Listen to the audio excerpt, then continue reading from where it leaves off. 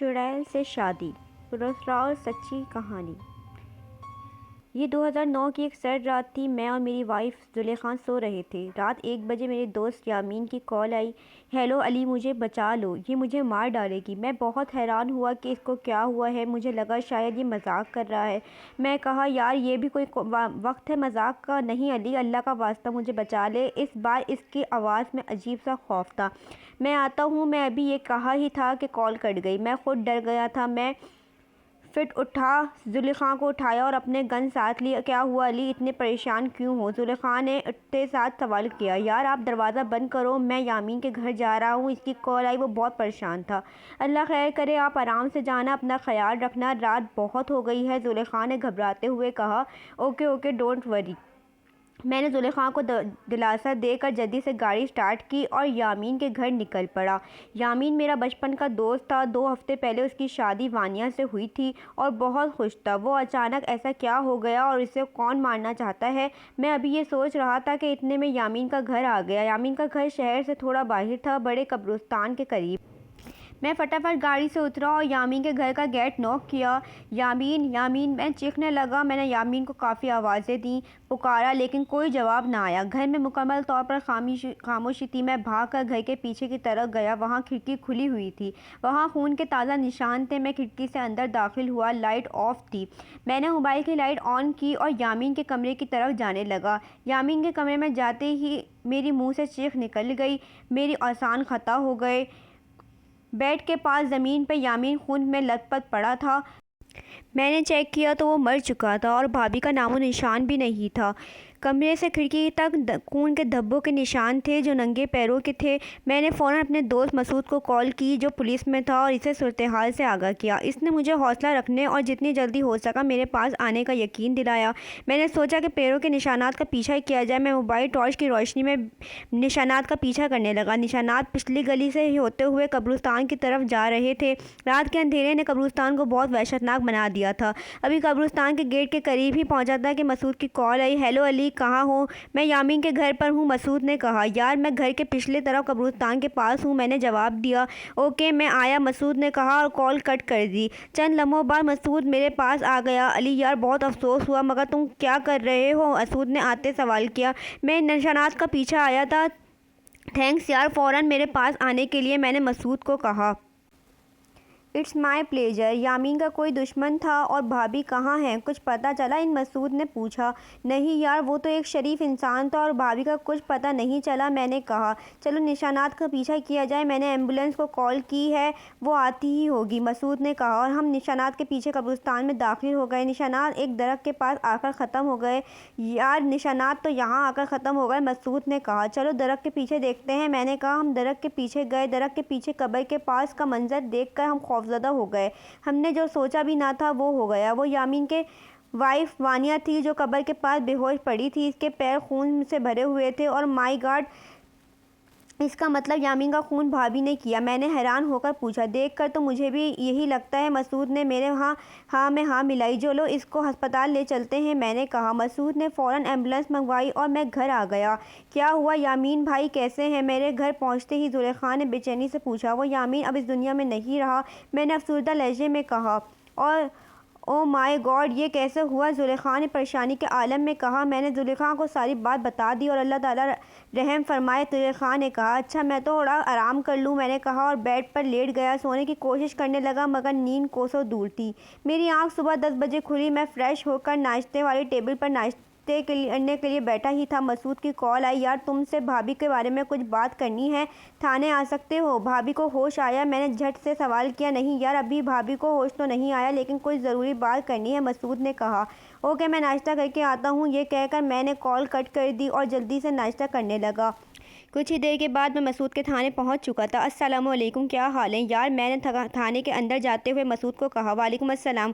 او یار تم میں سے کچھ ضروری معلومات لینی ہے بھابھی کے بارے میں، کیوں کیا ہوا؟ بھابھی کو میں نے تجسس بھری نظروں میں مسعود کو دیکھتے ہوئے سوال کیا۔ بھابھی کے بیک گراؤنڈ کے بارے میں جاننا ہے، کہاں سے ہیں، کیا کرتی ہیں اور کس فیملی سے تعلق رکھتی ہیں، مسعود نے سوال کیا۔ مجھے تو صرف اتنا پتہ ہے کہ بھابھی کے آگے پیچھے کوئی بھی نہیں ہے اور ان کی فیملی میں صرف ان کا چچا ہے، ان کے ماں باپ کسی کار ایکسیڈنٹ میں گزر گئے تھے، میں نے بتایا۔ یار سارا معاملہ دیکھ کر شک بھابھی پر ہی جاتا ہے۔ میں اس معاملے کی بہت اچھے سے چھان بین کر رہا ہوں، اگر کہیں سے بھی کوئی سراغ ملا تو میں تمہیں ضرور بتاؤں گا، مسعود نے جواب میں کہا۔ میں نے مسعود کو خدا حافظ کہا اور اپنے آفس کے لیے نکل پڑا۔ مجھ میں غم اور پریشانی کے ملے جلے تاثرات تھے اور مجھے بار بار یامین کا اور بھابھی کا ہی خیال آ رہا تھا کہ یہ سب کیوں اور کیسے ہوا ہوگا۔ رات کے 11 بج رہے تھے۔ کھانے کے بعد زلیخا سے یامین اور بھابھی کے بارے میں بات کر رہا تھا کہ اچانک مسعود کی کال آئی۔ ہیلو علی، کہاں ہو؟ جلدی آؤ۔ کیوں، کیا ہوا؟ میں نے پریشانی کے عالم میں مسعود سے پوچھا۔ تم آؤ تو صحیح، میں تمہیں بتاتا ہوں۔ یامین اور بھابھی کے کیس کے بارے میں بہت اہم پیشکش ہوئی ہے۔ اوکے، میں آتا ہوں تمہارے پاس، یہ کہہ کر میں فوراً اپنے بیڈ سے اٹھا۔ کیا ہوا؟ کس کا فون تھا؟ زلیخا نے سوال کیا۔ انسپکٹر مسعود کا فون تھا۔ بھابھی اور یامین کے بارے میں بہت اہم پیش رفت ہوئی ہے، اس لیے اس نے مجھے کال کر کے بلایا ہے۔ اچھا ٹھیک ہے، اللہ خیر کرے، اپنا خیال رکھیے گا، زلیخا نے کہا۔ تم فکر مت کرو، دروازہ لاک کر لو۔ یہ کہہ کر میں فوراً باہر آیا، گاڑی سٹارٹ کی اور مسعود کے گھر چل پڑا۔ جب میں مسعود کے گھر مسعود میرا ہی انتظار کر رہا تھا۔ میں نے گاڑی پارک کی اور مسعود سلام کے بعد ہم اس وقت بیٹھک میں چلے گئے۔ علیشہ، علی کے لیے کچھ ٹھنڈا لے کر آؤ۔ ہمارے بیٹھ جانے کے بعد مسعود نے اپنی وائف کو آواز دی۔ ہاں تو مسعود، اس کیس میں ایسے کیا پیش رفت ہوئی ہے جس کے بارے میں بتانے کے لیے تم نے مجھے اتنی رات کو کال کی؟ میں نے بے چینی سے پوچھا۔ یار علی، ہمارے جانے کے کچھ دیر بعد والے گاؤں کے تھانے سے کال آئی، اس نے کچھ معلوم کرنا تھا۔ وہاں کا تھانے اور دار میرا کزن ہے۔ بات چیت کے دوران جب میں نے اسے یامین کے کیس کے بارے میں بتایا تو وہ چونک گیا اور کہنے لگا بالکل ایسا ہی ایک کیس 3 مہینے پہلے اس کے گاؤں میں پیش آیا۔ جو بندہ اس گاؤں میں قتل ہوا، اس کی شادی کو بھی ابھی بمشکل 2 ہفتے ہی ہوئے تھے اور وہاں ابھی ایسے ہی خون کے دھبوں کے نشانات پائے گئے تھے، لیکن وہاں سے ہمیں کوئی سراغ نہیں مل سکا۔ میں یہ سن کر فوراً اس کے پاس آ گیا اور اپنے کزن کے ساتھ مل کر آج سارا دن انویسٹیگیشن میں ہمیں پتہ چلا ہے کہ پچھلے 3 سال میں ایسے 10 واقعات ہو چکے ہیں جس میں شادی کے 2 ہفتے کے بعد خاوند کی لاش ملتی ہے اور وہاں پر ایسے ہی خون کے دھبوں کے نشانات پائے جاتے ہیں۔ یہ سن کر میں چونک سا گیا اور مجھ پر ایک وحشت سی طاری ہو گئی۔ السلام علیکم علی بھائی، کیسے ہیں آپ؟ علیشہ بھابھی نے کمرے میں داخل ہوتے ہوئے کہا۔ اللہ کا شکر ہے بھابھی، میں ٹھیک ہوں، آپ سنائیں، بچے کیسے ہیں اور آپ کی طبیعت ٹھیک ہے؟ میں نے جواب میں کہا۔ اللہ کا شکر ہے بھائی، سب ٹھیک ہے، آپ لوگ آرام سے بات کریں، میں بچوں کو سلا کر آتی ہوں۔ بھابھی یہ کہہ کر کمرے میں سے چلی گئیں۔ مسعود کی اس بات نے مجھے بہت چونکا دیا تھا۔ مجھے یقین ہی نہیں آ رہا تھا کہ ایسا بھی ہو سکتا ہے۔ اصل میں جو پچھلے واقعات ہوئے ان میں اور یامین کے واقعے میں کوئی بھی فرق نہیں ہے۔ ان کا گھر بھی آبادی سے تھوڑے فاصلے پر قبرستان کے پاس تھا اور ان کی شادی بھی یکایک ہی ہوئی، مسعود نے مزید بتایا۔ لیکن یار، اس بات کا کیا ثبوت ہے کہ وہ وانیہ بھابھی ہی تھیں؟ میں نے چونک کر پوچھا۔ میں اس بات پر ثبوت لے کر ہی آیا ہوں کہ یہ کہہ کر مسعود نے اپنا موبائل نکالا اور مجھے تصویر دکھائی۔ میں اور میرا کزن یہ تصویر لے کر ان جگہوں پر گئے تھے جہاں پر واقعات ہوئے ہیں اور وہاں پر رہنے والے سب لوگوں نے ہی اس تصویر کو پہچان لیا اور ہر گاؤں میں اس کا نام الگ تھا۔ میرے کزن کے گاؤں میں اس کا نام ثانیہ، جبکہ اس سے پچھلے گاؤں میں اس نے اپنا نام عائشہ بتایا تھا۔ میرا دماغ اس ٹائم سن ہو چکا تھا اور مجھے یقین ہی نہیں ہو رہا تھا کہ بھابھی ایسا بھی کر سکتی ہیں۔ کل صبح ہم ہاسپٹل چلیں گے اور وہاں پر جا کر دیکھیں گے، مسعود نے کہا۔ میں نے پریشانی اور حیرانی سے ملے جلے تاثرات میں مسعود سے اجازت لی اور اپنے گھر آ گیا۔ سارے راستے میں یہی سوچتا رہا، میرے ذہن نے بہت سوالوں کو جنم لیا تھا۔ گھر پہنچ کر جب میں نے زلیخا کو ان سب باتوں کے بارے میں بتایا تو وہ اس پر یقین کرنے کے لیے بالکل بھی تیار نہ تھی۔ وانیہ بھابھی تو شکل سے بے حد معصوم اور شریف تھیں اور وہ تو بہت ہی فرمانبردار تھیں، وہ ایسا بالکل بھی نہیں کر سکتیں۔ یقیناً مسعود بھائی کو کوئی غلط فہمی ہوئی ہے، زلیخا نے کہا۔ نہیں یار، اس بار تو مسعود کے پاس پکے ثبوت ہیں اور انہوں نے اس کے بعد بھی ہی مجھے بلا کر ان سب باتوں کے بارے میں بتایا اور میں اس وقت شدید حیران ہوں۔ اب کل جا کر ہم ہاسپٹل میں باقی ساری باتوں کا پتہ لگائیں گے۔ جیسے تیسے کر کے میں نے یہ رات گزاری۔ صبح سویرے ہی میں مسعود کے گھر گیا اور اس کو ساتھ لیا اور ہم ہاسپٹل پہنچے۔ ڈاکٹر صاحب، کیا وانیہ کو ہوش آیا؟ مسعود نے پوچھا۔ وہ بالکل ٹھیک ہے اور ہمیں امید ہے ان کو 24 گھنٹوں تک ہوش آ جائے گا، ڈاکٹر نے کہا۔ یار، مجھے تو یہ بات کچھ گڑبڑ لگتی ہے، ہمیں چاہیے کہ ہم کسی بابا جی سے اس بارے میں بات کریں، میں نے مسعود کو کہا۔ ٹھیک ہے، میں لیڈی کانسٹیبل کو چھوڑ جاتا ہوں اور پھر ہم چلتے ہیں، میرے جاننے والے ایک بابا جی ہیں، بابا ثاقب جی، مسعود نے کہا۔ لیڈی کانسٹیبل آ جانے کے بعد ہم نے اس کو بھابھی کے پاس چھوڑ دیا اور گاڑی لے کر پیر صاحب کے پاس نکل پڑے۔ جب ہم وہاں پہنچے تو بابا جی نماز پڑھ رہے تھے۔ ہم نے بھی وضو کیا اور وہاں پر نماز ادا کی۔ نماز ادا کرنے کے بعد ہم بابا جی کے پاس گئے۔ کے بعد انہیں سارا واقعہ بتایا۔ بابا جی نے چند لمحوں کے لیے آنکھیں بند کیں اور منہ میں کچھ پڑھنے لگے۔ اس کے بعد انہوں نے آنکھیں کھولیں اور کہا، یہ معاملہ جاؤ پتہ لگاؤ۔ پھر وہ ہم سے مخاطب ہوئے، میں نے موکل کو بھیجا ہے، تھوڑی دیر انتظار کریں، اس کے بعد سارے معاملے کا پتہ چل جائے گا۔ یہ کہنے کے بعد بابا جی عمل میں مصروف ہو گئے اور میں اور مسعود وہاں سے باہر آ گئے۔ ہم نے سوچا کہ کچھ کھا لیا جائے۔ ہم اپنے ساتھ برگر اور بوتل لے کر آئے تھے، وہ کھانا شروع کر دیا۔ ابھی ہم باتوں میں مصروف تھے کہ اچانک سے مسعود کو ہسپتال سے کال آ گئی۔ کیا ہوا ڈاکٹر؟ سب خیریت تو ہے؟ وانیہ ٹھیک تو ہے؟ سر، وہ لیڈی کانسٹیبل کو مار کر یہاں سے بھاگ گئی ہے اور لیڈی کانسٹیبل کے جسم میں خون کا قطرہ بھی نہیں ہے۔ او مائی گاڈ، یہ کیسے ہوا؟ آپ نے کہا تھا اس کو کم از کم 24 گھنٹے کے بعد ہوش آئے گا، مسعود نے ڈاکٹر صاحب کو کہا۔ سر، میری بھی سمجھ میں نہیں آ رہا۔ ان کی حالت کے مطابق ان کو کم از کم 24 گھنٹے سے پہلے ہوش نہیں آنا تھا، ڈاکٹر نے ڈری ہوئی آواز میں کہا۔ اوکے، میں کچھ دیر میں پہنچتا ہوں۔ یہ کہہ کر مسعود نے کال کٹ کر دی۔ کیا ہوا؟ میں نے مسعود کو پریشانی کے عالم میں دیکھ کر پوچھا۔ یار، وانیہ وہاں سے لیڈی کانسٹیبل کو مار کر بھاگ گئی ہے، ڈاکٹر صاحب کا فون آیا تھا۔ اوہ خدایا، کتنی بری خبر ہے نا، نہ جانے ابھی کتنے معصوم لوگوں کی جان جائے گی، میں نے پریشانی کے عالم میں کہا۔ چلو بابا جی کے پاس چلتے ہیں، مسعود نے کہا اور ہم وہاں سے بابا جی کے پاس چلے گئے۔ آؤ بچوں، میں تمہارا ہی انتظار کر رہا تھا، بابا جی نے کہا۔ میں نے پتہ لگایا ہے، اس کے پیچھے اس چڑیل کا ہاتھ ہے جو کہ آدھی چڑیل اور آدھی عورت ہے۔ یہ انسان اور چڑیل کے ملاپ سے پیدا ہوئی ہے اور آج سے کچھ سال اس چڑیل کو ہندو پنڈت نے چلہ کاٹ کر اپنے قبضے میں کیا تھا، لیکن بعد میں وہ چڑیل اس کو اچھی لگنے لگی کیونکہ وہ بہت شکل سے خوبصورت اور معصوم تھی۔ چڑیل سے اس وعدے کے ساتھ کہ وہ اپنی شکتیوں کا استعمال نہیں کرے گی کہا کہ دونوں نے شادی کر لی۔ اس کے بعد ان کے ملاپ سے یہ بچی پیدا ہوئی۔ اس بچی کے پیدا ہونے کے چند سال بعد اس کے ماں باپ گزر گئے۔ اس کے بعد اس کے چچا نے اس کو پالا۔ جیسے جیسے یہ جوان ہوتی گئی ویسے ویسے اس سے چڑیل کے آثار نمودار ہونے لگے۔ اس کا چچا اس رات سے ناواقف ہے۔ یہ شادی کرتی ہے تو شادی کرنے کے کچھ دنوں کے بعد اپنے خاوند کا خون پی کر اپنی پیاس بجھاتی ہے اور ہفتوں غائب رہتی ہے، پھر کچھ دنوں کے انتظار کے بعد اپنی دوسری شکار کی تلاش میں نکل پڑتی ہے۔ اس کا چچا اس کی بار بار شادی کیوں کروا دیتا ہے؟ میں نے غصے کے انداز میں پھر بابا جی سے پوچھا۔ وہ اپنے خاوند کو مار کر بھاگ جاتی ہے تو اس کے بعد اس کا چچا ہفتوں پولیس تھانوں کے چکر لگاتا ہے۔ کچھ ہفتوں کے بعد وہ پھر اپنی بھولی سی صورت لے کر واپس آ جاتی ہے۔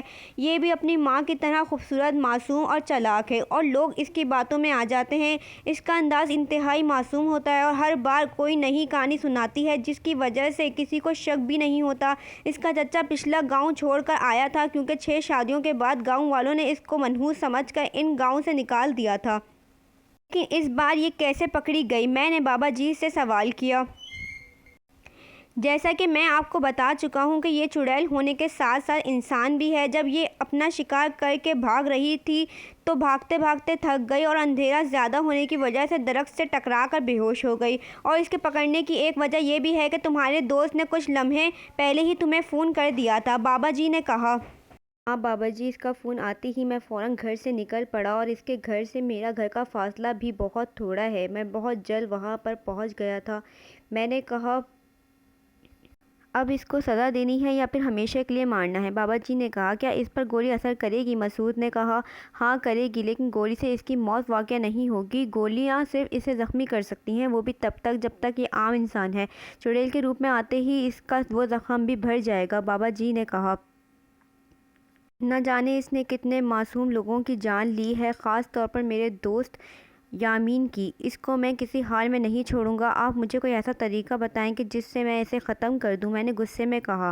ٹھیک ہے، تو میں تمہیں طریقہ بتاتا ہوں، بابا جی نے کہا۔ یہ لو ستو کے دانے، قبرستان میں کسی پرانی سی ایسی قبر جس کے پاس درخت ہو، وہاں پر بیٹھ کر ان دانوں پر چلہ کرنا ہے، اور ایک بات اچھے سے یاد رکھنا، کچھ بھی ہو جائے، چاہے میں تمہیں بلاؤں یا تمہارا دوستی یامین کی روح آئے اور کہے کہ علی عمل چھوڑ دو، میں نے اسے معاف کر دیا، چاہے مسعود آئے یا بے شک تمہاری بیوی تمہارے پاس آ جائے، باہر نہیں نکلنا اور نہ ہی اپنا عمل چھوڑنا ہے۔ دن میں سارا دن کسی سے بات نہیں کرنی اور عشاء کا ٹائم ہوتے ہی تم نے اپنا عمل شروع کر دینا ہے جب تک فجر کی اذان تمہارے کانوں میں نہ پڑے۔ تم نے عمل نہیں چھوڑنا، بہتر یہی ہوگا کہ تم اپنے کام سے چھٹی لے لو۔ یہ کہنے کے بعد بابا جی نے مجھے وہ عمل بتایا جو چلے میں پڑنا ہے۔ بابا جی سے دعا لے کر میں وہاں سے رخصت ہو گیا۔ اب میرا ارادہ جلد از جلد اس چڑیل کو اپنے انجام پر پہنچانا تھا۔ یار علی، تم یہ عمل ٹھیک سے کر لو گے نا؟ مسعود نے راستے میں مجھ سے پوچھا۔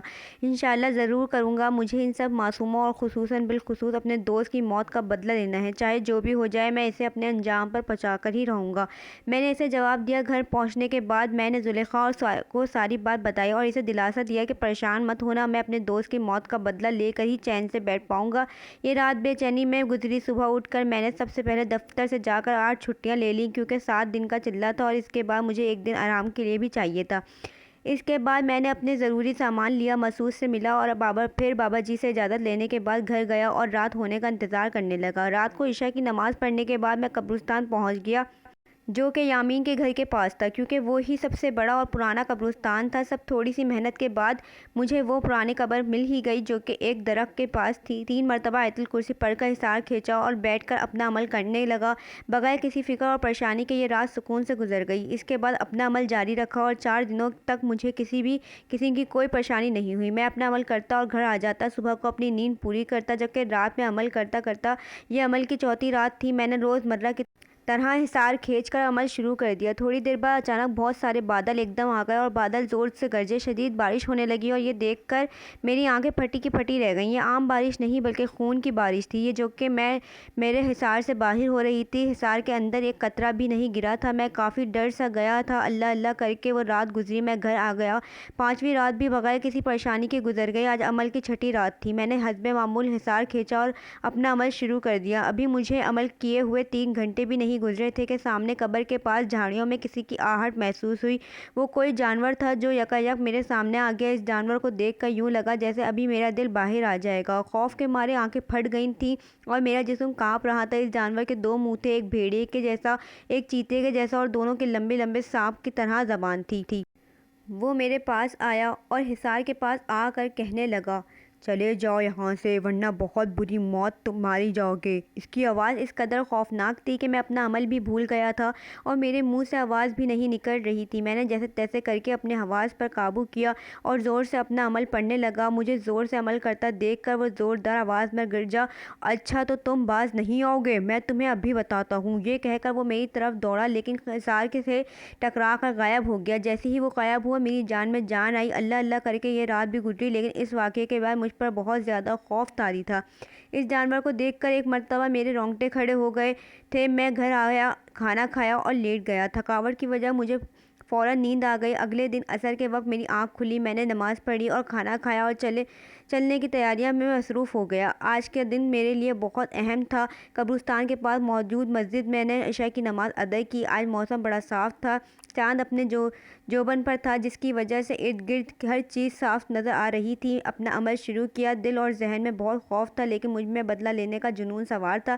ابھی عمل کو 1-2 گھنٹے گزرے تھے کہ دور سے مسعود آتا دکھائی دیا اور کہنے لگا کہ میں نے وانیہ کو مار دیا، چلو جاؤ اٹھو۔ میرے ذہن میں بابا جی کی بات یاد آ گئی تھی کہ وانیہ چڑیل ہر روپ میں آئے گی، اس لیے میں آنکھیں بند کر کے اپنے عمل میں مصروف رہا۔ چلو یا اٹھو، کیا کر رہے ہو؟ یہ کہہ کر اس نے میری طرف ہاتھ بڑھایا، لیکن اس کا ہاتھ جیسے ہی خارے سے ٹکرایا وہ ایک دم غائب ہو گیا۔ میں نے اللہ کا شکر ادا کیا۔ کچھ ہی دیر کے بعد دور سے وانیہ بھابھی آتی نظر آئیں اور میرے پاس آ کر زور و قطار رونے لگیں، پلیز علی بھائی مجھے معاف کر دو، میں نے جو کچھ کیا انجانے میں کیا، اس میں میرا کوئی قصور نہیں ہے، مجھ سے کہنے لگی، لیکن میں اپنے عمل میں مصروف رہا اور میں نے اس کی باتوں پر کوئی دھیان نہ دیا اور وہاں سے چلی گئی۔ عمل ختم ہونے میں کچھ ہی دیر باقی تھی کہ قبرستان میں زور سے زلزلہ آنے لگا، ساری قبریں پھٹنے لگیں اور قبروں میں سے مردے اٹھ کر باہر آئے۔ پر میں عمل کر رہا تھا وہ قبر بھی لرزنے لگی اور اس کے اندر سے عجیب و غریب سی آوازیں آنے لگیں۔ خوف اور دہشت کے مارے میرا برا حال تھا۔ اتنے میں سامنے دانیہ دکھائی دی اور ساتھ میں بابا جی تھے۔ بابا جی کہنے لگے، چھوڑو، ہم سب نے اس کو معاف کر دیا ہے، اور مجھے پیچھے یامین بھی کھڑا ہوا نظر آیا۔ یامین بھی کہنے لگا کہ ہم سب نے اس کو معاف کر دیا ہے، تم اپنا عمل چھوڑ دو اور وہاں سے اٹھ جاؤ۔ میں وہاں سے اٹھنے ہی لگا تھا کہ اچانک میرے کانوں میں بابا جی کی آواز آئی، علی یہ سب نظروں کا دھوکہ ہے، تم اپنے عمل پر توجہ دو۔ میں سوچنے لگا کہ میں یہ کیا کر رہا ہوں، بے وقوفی۔ میں دوبارہ بیٹھ گیا اور اپنا عمل کرنا شروع کر دیا۔ دانیہ کی صورت تبدیل ہونے لگی تھی اور وہ آہستہ آہستہ چڑیل کی صورت اختیار کر چکی تھی۔ اس کا چہرہ انتہائی بھیانک۔ وہ زور سے گرجی، یہاں سے فوراً اٹھ جاؤ ورنہ میں تمہیں اور تمہارے خاندان کو مار دوں گی۔ میں نے اس کی بات پہ توجہ نہ دی۔ اچانک وہ میرے وائف زلیخا کو پکڑ کے لے آئی اور اس کی گردن پر اپنے دانت گاڑ کر بولی اگر تم نے امن نہ چھوڑا تو میں اس کو مار دوں گی۔ زلیخا زور سے چلائی پلیز علی مجھے بچا لو، یہ مجھے مار ڈالے گی، پلیز علی مجھے پتا تھا کہ یہ سب نظروں کا دھوکہ ہے، چنانچہ میں نے آنکھیں بند کیں اور زور زور سے عمل پڑھنے لگا۔ اب وہاں سے زلیخا، بابا جی، یامین اور مسعود غائب ہو چکے تھے، صرف وہ مردے اور دانیہ وہاں پر کھڑے تھے۔ انہوں نے مردوں کے ساتھ مل کر مجھ پر پتھروں کی بارش کر دی، لیکن جو بھی پتھر حصار سے ٹکراتا وہیں پر بھسم ہو جاتا۔ جس پر قبر میں عمل کرنے لگا تھا وہ بھی اب زور سے ہلنے لگی تھی۔ ڈر اور وحشت کے مارے میرا برا حال تھا۔ میں نے آنکھیں بند کر کے اپنا اللہ سے مدد کر فریاد کی اور زور زور سے عمل پڑھنے لگا۔ اتنے میں مجھے دور سے اذانوں کی آواز آئی۔ میں نے آنکھیں کھولی تو باہر وانیہ کا جسم جل رہا تھا اور دور سے مجھے زلیخا، مسعود، علیشہ اور بابا جی دکھائی دیے۔ اس سب کے چہرے پر مسکراہٹ تھی اور انہوں نے مجھے مبارکباد دی۔ دانیہ کا جسم جل کر اب راکھ بن چکا تھا۔ مسعود نے اس راکھ کو پاس ہی موجود گڑھے میں ڈال کر گڑھے کو بند کر دیا تھا۔ آج میں بہت خوش تھا کیونکہ میں نے بہت سے معصوم لوگوں کو اور اپنے دوست کا بدلہ لے لیا تھا۔ کہانی یہاں پر ختم ہو گئی۔ اگر آپ لوگوں کو یہ کہانی اچھی لگی ہو تو پلیز چینل کو سبسکرائب کریں۔ کمنٹ باکس میں کہانی کے متعلق بتائیں کہ آپ لوگوں کو سچی کہانی کیسی لگی۔ اپنا بہت سارا خیال رکھیں، دعاؤں میں یاد رکھیں۔ اللہ حافظ۔